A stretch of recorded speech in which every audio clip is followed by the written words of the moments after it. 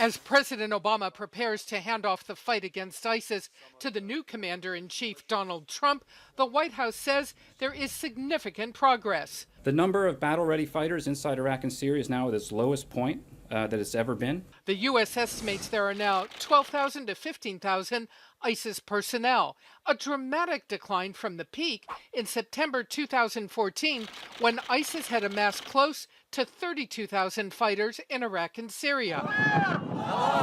ISIS had always been able to replace its ranks, moving people across the Turkish border into Syria, but no more. ISIL now has no access to an international border, and this has significantly impacted the overall campaign because they are now a very isolated entity. Based on estimates from nearly 17,000 coalition strikes, the U.S. believes 50,000 ISIS fighters in total have been killed over the last 2 years, its ranks slashed by nearly 75%. The top coalition commander says that's only part of the story. We've taken back over half of the land that Iraq, for example, lost to ISIL in 2014. So I think that's a measure of the progress. Now, the top priority, get ISIS out of its self-declared capital in Raqqa, Syria. We also know that they are plotting attacks on the West.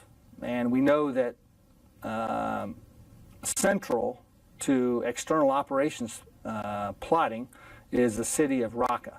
And that's why we need to get down there and isolate that city as fast as we can. U.S. Special Operations Forces watch Raqqa around the clock from drones overhead.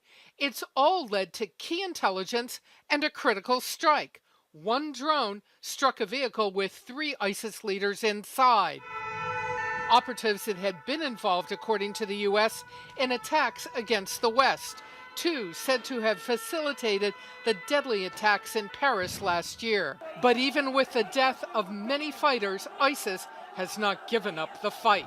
ISIS has retaken the area around Palmyra and captured Syrian regime weapons. Some armored vehicles and various guns and other heavy weapons, possibly some air defense equipment. The U.S. now watching closely to see if in fact those weapons, possibly including shoulder-fired missiles, will threaten U.S. troops.